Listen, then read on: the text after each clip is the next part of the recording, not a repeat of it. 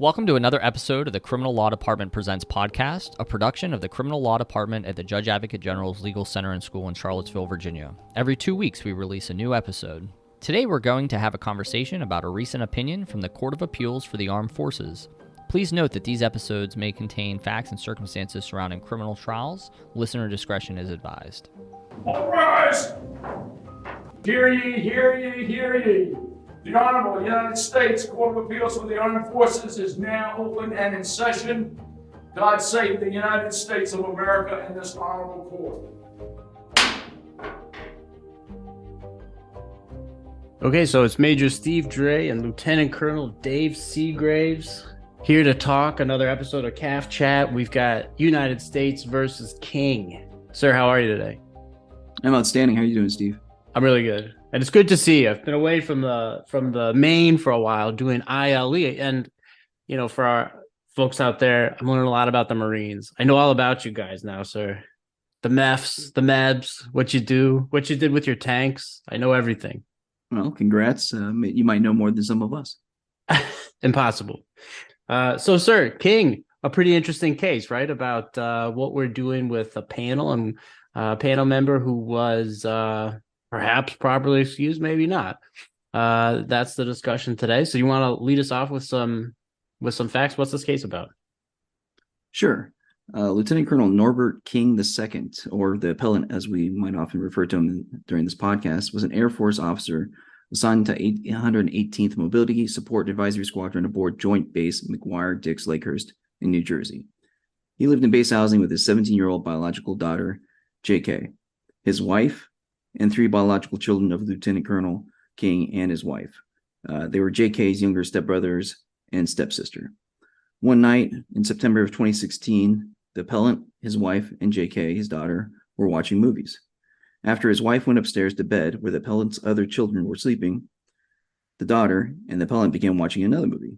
During this movie, the appellant began massaging his daughter's legs. The massage later progressed to a sexual assault. Now, a general court-martial convicted the appellant of one specification of sexual assault of his 17-year-old biological daughter and another specification of another charge that was later kicked by the appellate courts. Ultimately, the Air Force Court of Criminal Appeals gave some relief, but affirmed the sexual assault of King's biological daughter. Drilling down to the facts surrounding the issue in the opinion, the appellate's court-martial began in April 2018. So about 2 years after the alleged offenses. The defense requested a continuance mid-trial.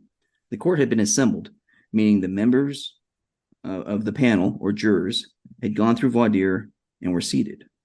One of the members, in fact, the senior member and president of the panel, was Lieutenant Colonel PBL. Now, during voir dire, Lieutenant Colonel PBL disclosed he had been accused of sexual assault by a classmate when he was 15 years old. He said the charges were unfounded and later dismissed, and the accuser in the case was proved to be lying. Now, neither the government nor the defense had challenged Lieutenant Colonel PBL. The military judge, in fact, put on the record that the defense affirmatively desired to have this court member on this particular panel. Sure. Yeah, I mean, you probably want him if you're defense. So, as I said, the court-martial was assembled, and 2 full days of the original docketed 5-day trial had occurred, or about 40%. Defense was concerned that the trial may extend into the weekend. The original trial judge, the reservist Judge Grokai, also thought it would be hard to complete the findings phase of the trial before the weekend. As the trial was going to extend, the defense's expert consultant would not be available to stay throughout the proceedings. Therefore, defense moved for continuance until late July 2018, when their expert consultant would be available again. Now, the judge asked the members if the continuance would affect their ability to be members. Lieutenant Colonel KW said she was selected for a fellowship for the Secretary of Defense that summer and would lead to a subsequent permanent change of station move when it was over, so probably out of the situation. Now, Lieutenant Colonel PBL, talked about before, told the military judge his change of command was scheduled for June, so he was a commander, but he would be moving to another unit aboard the same base. Shouldn't be an issue. Now, after the continuance, 3 months later, on July 24th, 2018, appellate's trial resumed with, it's basically a hockey line change here. Judge Speranza, a new judge presiding, a new senior trial counsel as lead prosecutor.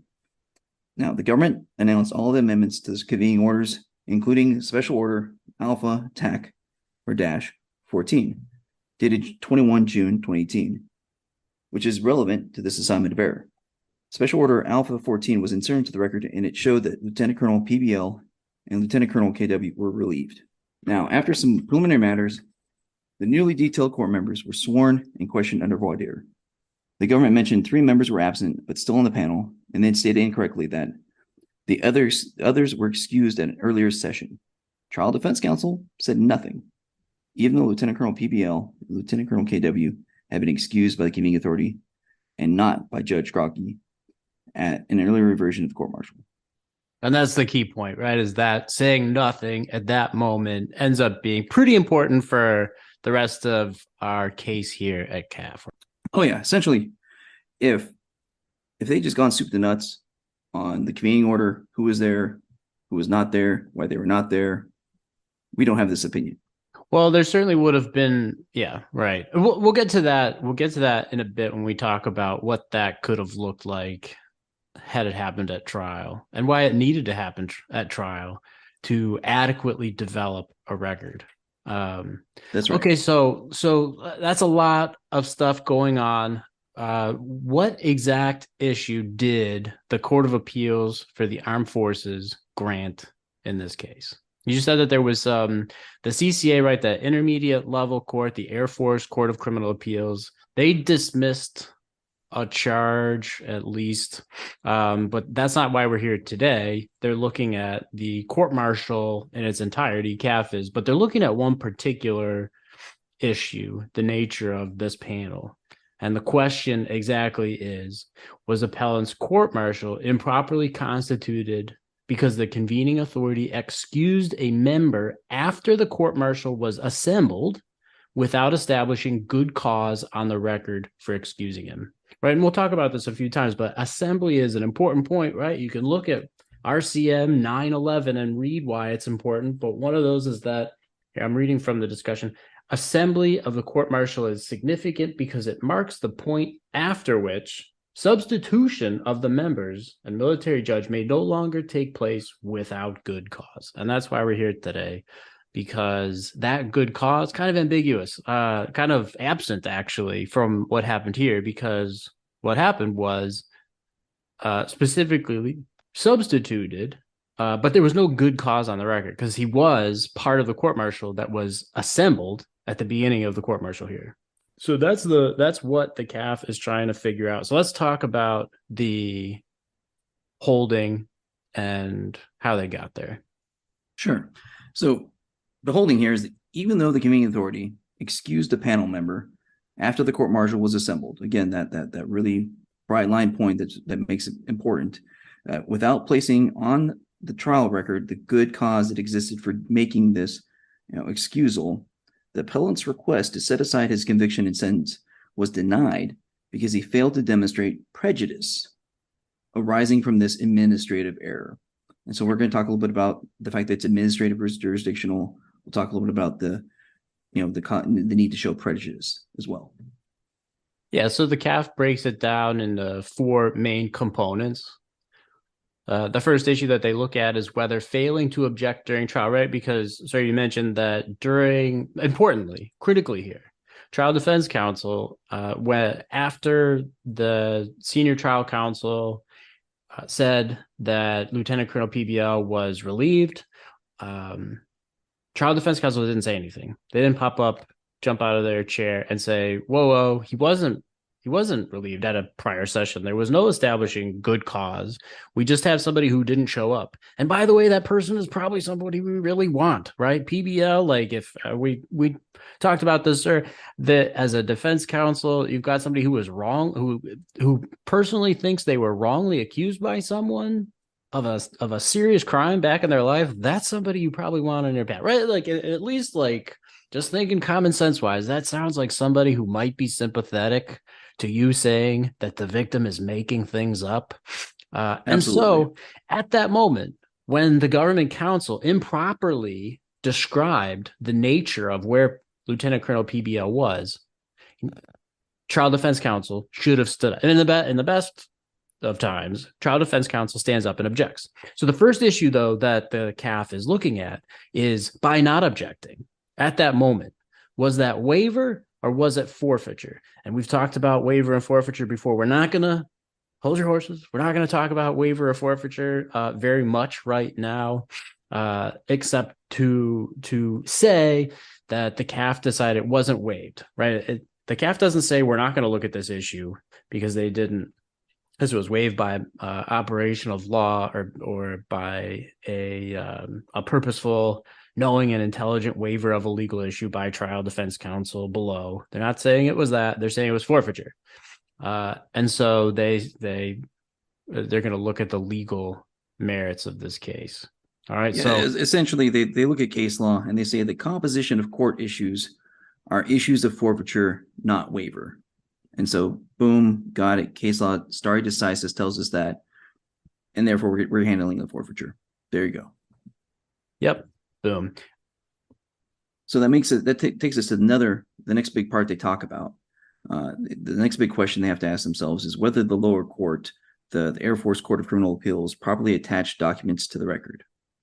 So the AFCCA allowed documents to be attached to the record dealing with Lieutenant Colonel PBL's excusal from court. All right, so on the record itself, during the trial, we said, hey, where's this guy? He was previously excused, that kind of colloquy. That was it. Nothing about why. So it goes up to, appellate court, right, Air Force Court of Criminal Appeals, and they allow the government to attach records. Specifically, these documents included Lieutenant Colonel PBL's excusal request, the SJ's advice regarding the request, the convening authority's decision to excuse Lieutenant Colonel PBL. This is kind of starts being the contentious issue. So Article 66 states Court of Criminal Appeals will base their decisions on the basis of the entire record.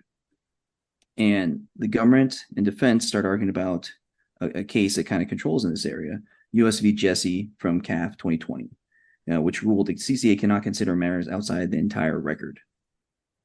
So in that case, real briefly, Jesse requested the Court of Criminal Appeals to consider the appropriateness of his sentence based on a break policy, limiting his ability to have visitation from his minor children, because he was convicted of a sex offense. So they had a policy you can't have visits with minor children. Yeah, so just like real briefly, because we'll talk about how to get materials into the record probably in depth at a different time. But I think to wrap your head around really what Jesse says and what this issue is about is generally an appellate court is not going to review matters that were not reasonably raised by the record. And so Jesse's talking about I was punished after the court-martial. The confinement conditions were such that it was violating my rights. And so appellate court reviewed that, but the appellate court is deciding to review or not review post-trial submissions, basically. In this case, the defense is the court is wrestling with whether the CCA, that the Air Force Court of Criminal Appeals,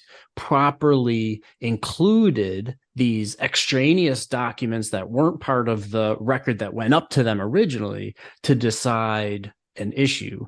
And the reason that the CAAF ultimately decides that it was okay, they decide that it wasn't an abuse of discretion, so that the Air Force Court of Criminal Appeals had some wiggle room in whether or not they were going to consider extra record additions in their appellate review.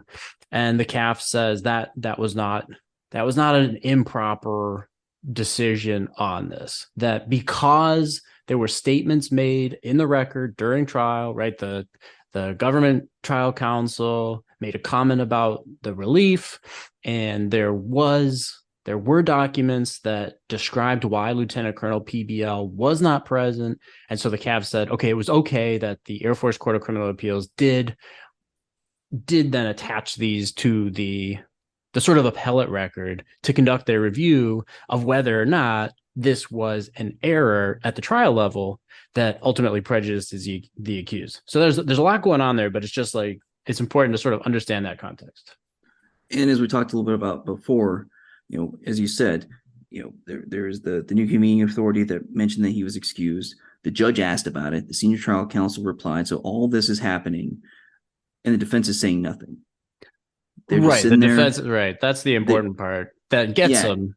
But for this particular issue, it's just important to know that basically it's like the CAAF is saying it's okay that we got some clarifying information attached here so we can further analyze the legal issue at play here. That's issue 2. They say, yes, this is okay. So we can look at these, for instance, we can consider the excuses offered by the government for why Lieutenant Colonel PBL was really, whether he was substituted out of this court martial for good cause, whether the convening authority had good cause to. Yes, definitely.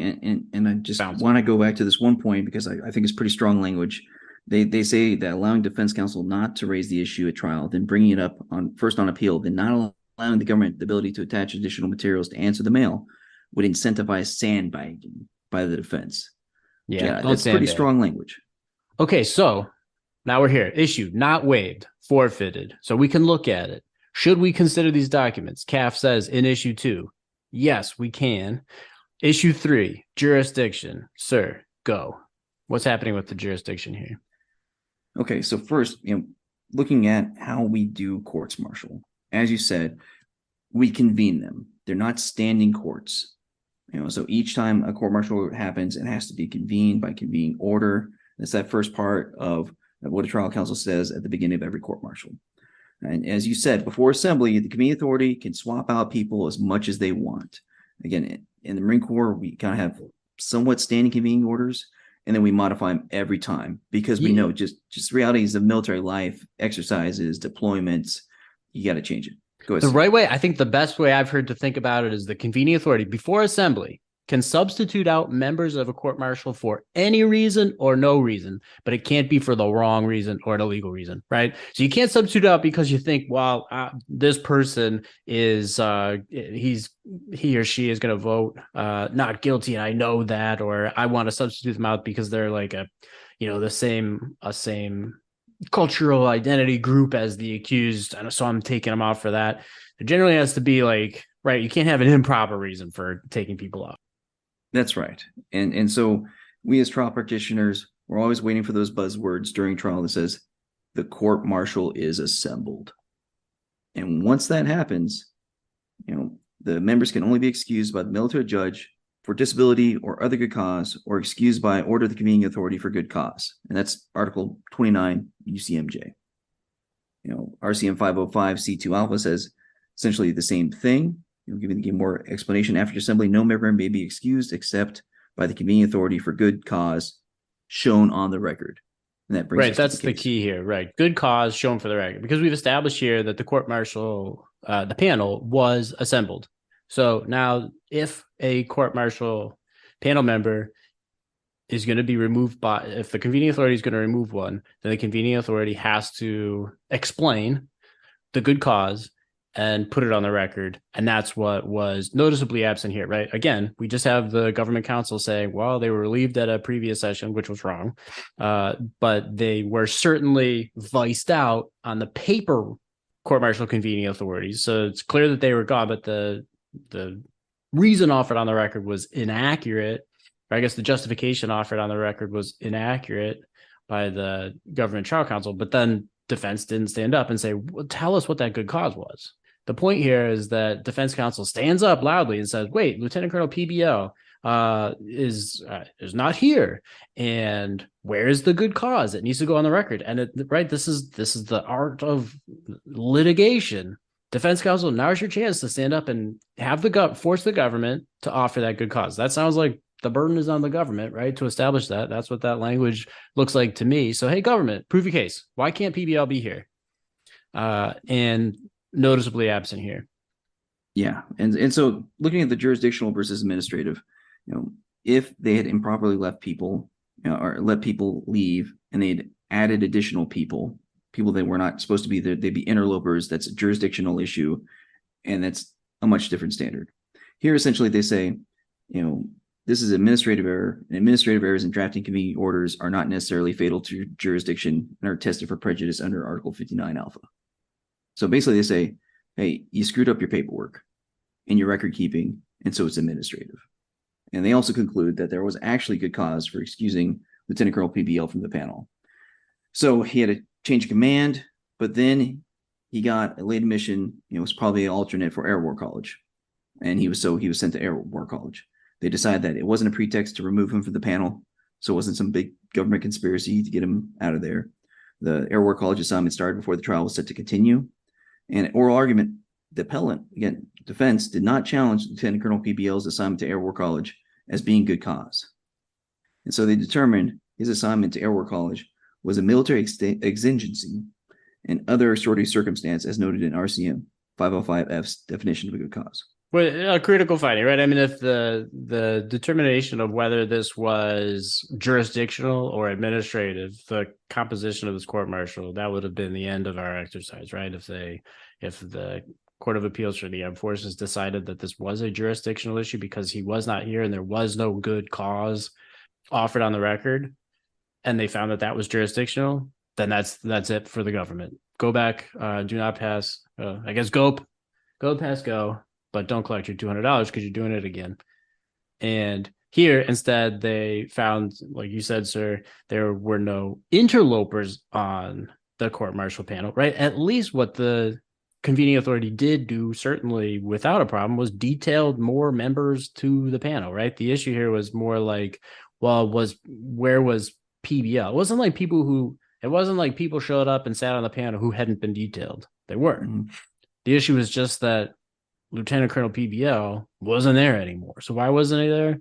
Well, because he had, as the court decides, he had good cause. They just didn't put it on the record. And so that's the issue that they're like wrestling with here in deciding whether it was jurisdictional or administrative. And they resolve ultimately that it was administrative. But go ahead, sir. Sorry, Steve. And as we were kind of saying about the whole issue at the original trial, that third point there, at oral argument, appellate defense did not challenge Lieutenant Colonel PBL's assignment to Air War College as being good cause. So there's an opportunity there for them to possibly question that. They ultimately decided not to. Right, because that's again, like at trial, you really want PBL there, and the government comes in and they say, well, the convening authority has substituted out Lieutenant Colonel PBL, and here's his good cause. He's going to Air War College, right? And that's going to take whatever, X number of hours. Then the defense can come in and poke holes in that and say, well, this I acknowledge the Air War College is school and is something that Lieutenant Colonel PBL has to do, but perhaps like he's not going to school 80 hours a day and can actually still sit on this panel, right? Like people in the military have other stuff going on all the time. Perhaps then that would be I think an interesting question. I'm not sure the answer to is whether that be a finding of fact or a determination of law by the military judge. I would assume that the judge would have a good amount of discretion in making that judgment call about whether the government established good cause, right? Like the military judge would ultimately make that call. But here, because it wasn't litigated at trial, we're left resolving it on imperfect and certainly a less of a record, right, than we would otherwise have if it were litigated at trial. And so the CAAF is left with these documents that they allowed the Air Force Court to attach, and they kind of find, no, we think Air War College is certainly a good cause. It's going to be really busy. It's intensive, they say. And so that's good cause. Sorry. So on to the last issue that they look at, the prejudice, because acknowledging that still the government didn't put it on the record. So this is still an error. So accused or appellant, where's the prejudice?